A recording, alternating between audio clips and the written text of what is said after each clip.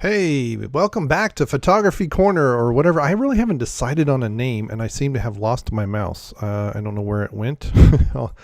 all this jibber jabber. Here it is. Okay, so I used to cover a lot of photography stuff on this channel, and I'm trying to get back to doing more of it. I just don't want to be copying, there's other channels that's all they do, and we're kind of an eclectic channel. So I saw this this article a while ago, and finally getting around to discussing it, because the mirrorless camera craze is something that I looked at, kind of with outstretched arms, wishing I could have one.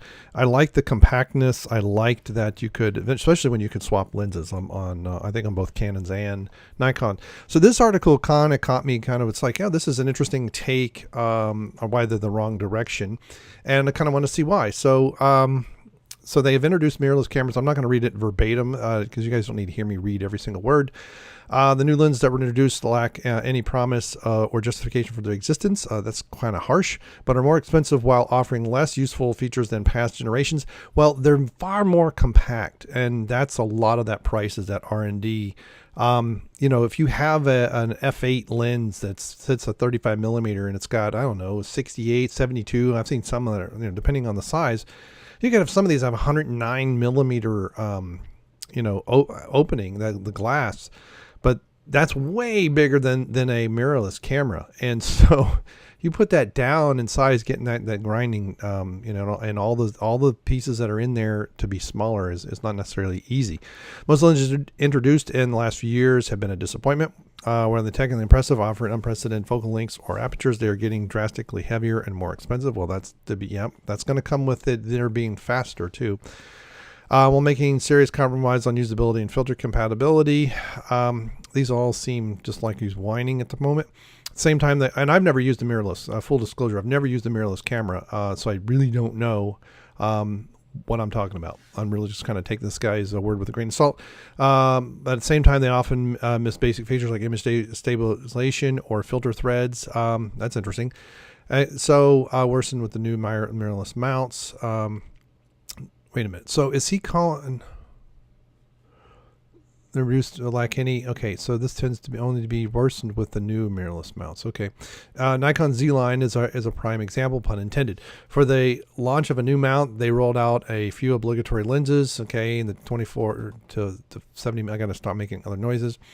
And all right, well, let's see where we got. Instead of developing a more of a useful lens like a telephoto lens native to the mount line, they focused on development of a ridiculous 58 mm.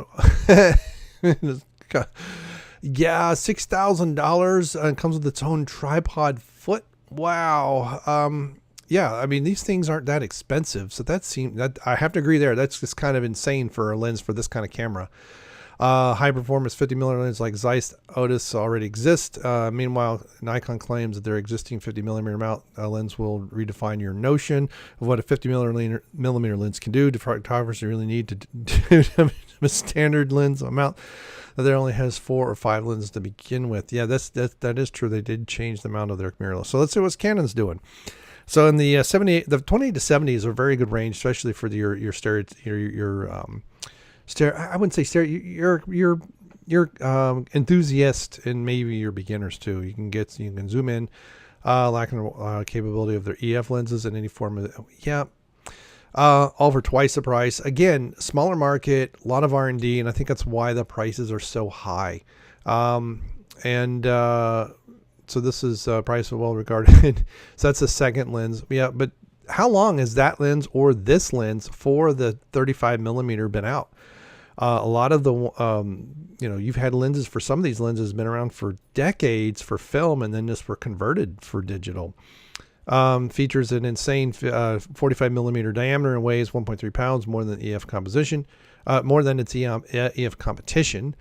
This throws away any weight savings from switch to mirrorless. I gotta agree there, but again, the glass is the glass. Okay, it's gonna be there. That's where the weight. Most of these, that's where the weight comes in. Now, some area of metal to protect the glass and keep things from moving around too much.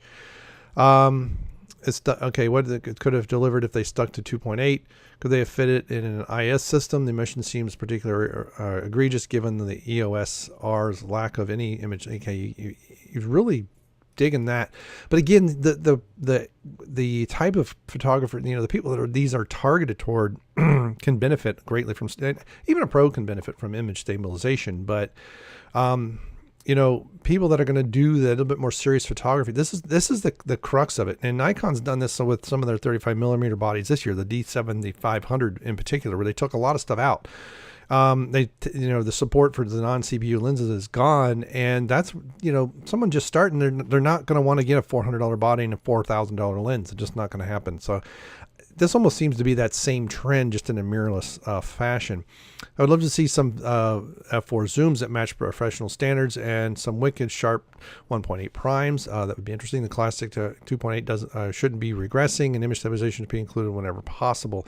That's why a lot of manufacturers put it in the body, so they don't have to put it in every lens, because that is an added expense. The new bodies are hopefully on the cutting edge of ISO performance and emphasize, and I don't know how big the sensor is either, and that's really what's affecting ISO performance as well as color depth, because they get too hot when they're too small. The pixels are too packed together. The expanded electronic communication capabilities of new mounts are seem to be going to waste, as Nikon Halo lens is manual focus only, despite the razor thin depth of field. Oh, that's awesome. So you're going to need someone with experience, and saying a pro, but a talented and skilled photographer to do that. Seem to be trying to justify the new mount's existence instead of genuinely addressing a photographer's needs. Nikon and Canon built lenses in search of a problem. It's starting to feel that way. I'm kind of agreeing with this guy. Viewing the new lenses in the combination about their body. I said I wasn't going to read this word by word. So the Z. So let's just skip through collapsible and okay. Multi-$1,000 prime lens with nothing in between. If, however, you're looking for a 50 millimeters, Z lineup perfect, featuring 3 variants of 50 millimeters out of total of lens. Okay, so the Nikon Z lineup. Is that the old Z? So that's the mirrorless.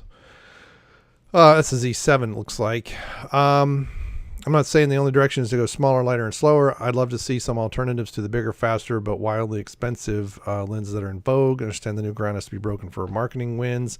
Yeah, I kind of agree there. Is the lineup supposed to push the limits of what cameras can do, as the 58 millimeter knock would indicate? I don't know what that means. Then why does its autofocus performance lag competitors, and even the D850 is supposedly equals? Yeah, the D8, that's like a $4,000 camera. It lacks the same level of customization and controls already present on less expensive camera older than the D. Yeah, these are now these are crop sensor, but you're talking, that's the pro, at the top of the prosumer line, and I didn't think mirrorless were aimed that way. Okay, so more complaining about it. So it's a common set of practical tools. Go ahead and build some $3,000 vanity lens, but not while you're missing anything for a focal length of above 105, and so on. To me, it sounds like what Alex is saying here is the wrong direction is really in the lenses, not necessarily the cameras. And he may have a point. You're probably not going to get pros who have these expensive lenses already on 35 millimeter bodies, opting for a this would be a backup camera at best. Yeah, I digress. Obtuse would be more fitting. Everyone's entitled to their opinions. All right, this is going to be it's going to be it's just be back and forth bitching. Who cares? All right, so what do you think? You think Alex has a point? You think he's full of it? Or do you think this is just kind of breaking the new ground, and they're going to fill in the gaps as they get the R&D done on these faster lenses? I don't know, but we'll see. All right, thanks for stopping by, and we'll see you. Goodbye. Helps if I don't have the microphone muted, doesn't it?